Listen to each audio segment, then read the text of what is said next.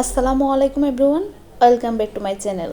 কাছে এবং দূরে যে যেখান থেকে ভিডিওটি দেখছেন, আশা করছি আল্লাহর রহমতে সবাই ভালো আছেন। আমরা আলহামদুলিল্লাহ ভালো আছি। শুরু করলাম নতুন আরেকটি ব্লগ। নতুন বছরের সবাইকে জানাই অনেক অনেক শুভেচ্ছা, হ্যাপি নিউ ইয়ার। মন থেকে সবার জন্য অনেক অনেক দোয়া এবং ভালোবাসা রইল। 2024 সালটা যার যেমন কেটেছে, 2025 সালটা যেন আল্লাহ তাআলা সবার জীবনে আনন্দ বয়ে আনে। মহান রাব্বুল আলামিনের কাছে একটাই প্রার্থনা করি। বছরের শুরুতে বাসাটাকে একটা নতুন লুক দেওয়ার চেষ্টা করতেছি। বাসার দেওয়ালগুলোতে হচ্ছে একটু কালো কালো দাগ পড়ে আছে, আপনারা শুরুতে দেখতে পারছিলেন। তো আমি এখানে একটা রঙের ডাম নিয়ে আসছি ছোট। তো এখন হচ্ছে রঙগুলোকে একটা বালতির মধ্যে নিতেছি, নিয়ে মিক্স করে পানি দিয়ে তারপর হচ্ছে আমি রং করে ফেলবো। কাজটা কিন্তু আমি নিজেই করব। আসলে যে রাঁধতে জানে সে চুলো বাঁধতে জানে। আমি হচ্ছে সব সময় নিজের কাজটা নিজে করতে পছন্দ করি। তো আমি আরও অনেক আগেও করেছি। আমার বাসায় একটু একটু কালো দাগ পড়ে গেলে আমি একটা রং নিয়ে এসে তারপর হচ্ছে নিজের হাতে করে ফেলি।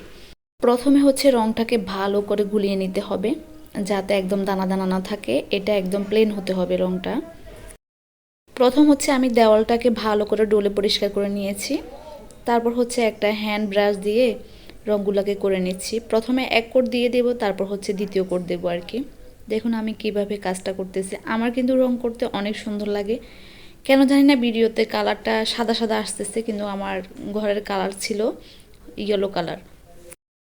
আমার ক্যামেরাতে জানি কেন সাদা দেখাচ্ছে, কি একদমই বুঝতে পারছি না।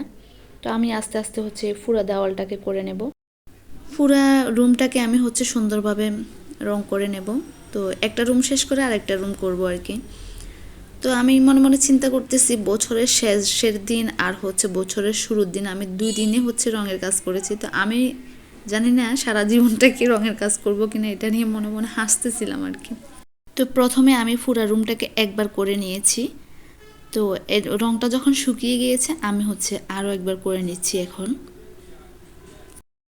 বাসায় হচ্ছে আজকে নাপিসা নাই। নাপিসা হচ্ছে আমাদের বাড়িতে, আমার বাবার বাড়িতে রয়ে গিয়েছে, ও আমাদের সাথে আসে নাই। তো চাপির, আমি আর ওর পাপা আছি। তো ওর পাপা হচ্ছে বাইরে। তো চাপিরও হচ্ছে আমার সাথে একটু একটু করে হেল্প করতেছে কাজে। আসলে সব সময় নিজের কাজ নিজে করলে বেশি আনন্দ লাগে। তো কোনো কাজকে ছোটোভাবে দেখা একদমই ঠিক না।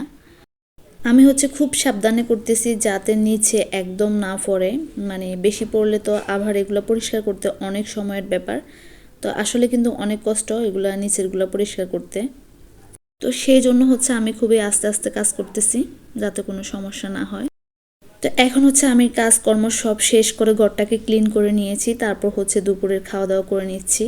যেহেতু নতুন বছরের প্রথম দিন, তো সেই জন্য একটু বিরিয়ানি না হলে তো একদমই হবে না। তো শুধু হচ্ছে আমি বিরিয়ানি করেছি, সাথে হচ্ছে একটু চালাদ আর কোকোকোলা তো থাকবেই। তো আর বেশি কিছু করি নাই, কারণ হচ্ছে অনেক কাজ করেছি, সেই জন্য একদম টায়ার্ড হয়ে আছি। সাপির হচ্ছে খেয়ে নিয়েছে, আমার একটু দেরি হয়ে গেছে। ওর পাপা হচ্ছে এখনও বাইরে থেকে আসে নাই, তো ও আসলে হচ্ছে ও খেয়ে নেবে আর কি। তো আলহামদুলিল্লাহ অনেক মজা হয়েছে খেতে। তারপর খাওয়া দাওয়া শেষ করে তারপর হচ্ছে ঘরটাকে এখন গুছিয়ে নেব। পরিষ্কার করে নিয়েছি পুরো বাসাটাকে। এখন হচ্ছে যে পর্দাগুলো আগে ছিল সেগুলো হচ্ছে চেঞ্জ করে নিয়েছি, নতুন পর্দা নিয়ে এসেছি। আমি যখন চট্টগ্রাম গিয়েছিলাম তখন ওখান থেকে নিয়ে আসছি আর কি পর্দাগুলা।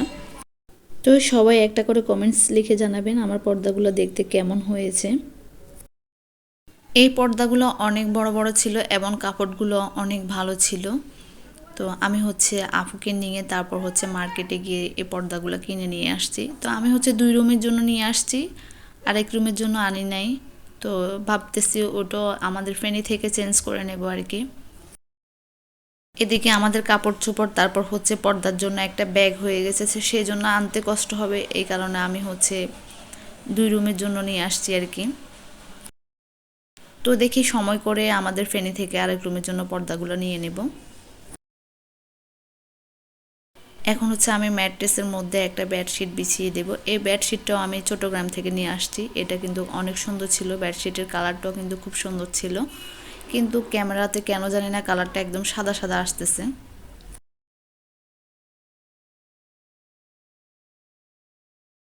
এই তো আমি সুন্দর করে চাদরটাকে বিছিয়ে নিয়েছি। এটা একটু গুছাতে কষ্ট হয় আর কি, ভাঁজ করতে সময় লাগে। তো আমি অফ ক্যামেরা বিছানা চাদরটা বিছিয়ে নিয়েছি। এখন হচ্ছে আমি একটা কোর বালিশ দিয়েছি, সাথে কিছু কুশন বালিশ দেব।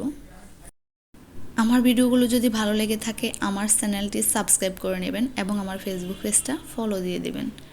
ভিডিওতে একটা লাইক দিতে ভুলবেন না। এই তো সুন্দর করে বেডটাকে গুছিয়ে নিয়েছি। এখন হচ্ছে সোফার মধ্যে কিছু কুশন বালিশ দিয়ে দেব। ও একটা কথা বলে পেলি, তো আমাদের বাসার ফ্লোরে কিন্তু কোনো টাইলস নাই, কারণ হচ্ছে আমার শ্বশুর এই বাসাটা আরও প্রায় 40 বছর আগে করেছে। তো তখন হয়তো টাইলসের কম ছিল আর কি, সেই জন্য করে নাই। তো আমরা হচ্ছে আর চেষ্টা করতেছি না করার জন্য। তো সেই জন্য হচ্ছে ভিডিও করতে একটু আনইজি লাগে আর কি। তারপর আলহামদুলিল্লাহ নিজের বাসা যেরকমই হোক না কেন, আমরা তো আর ভাড়া বাসা থাকতেছি না, নিজের বাসাই তো।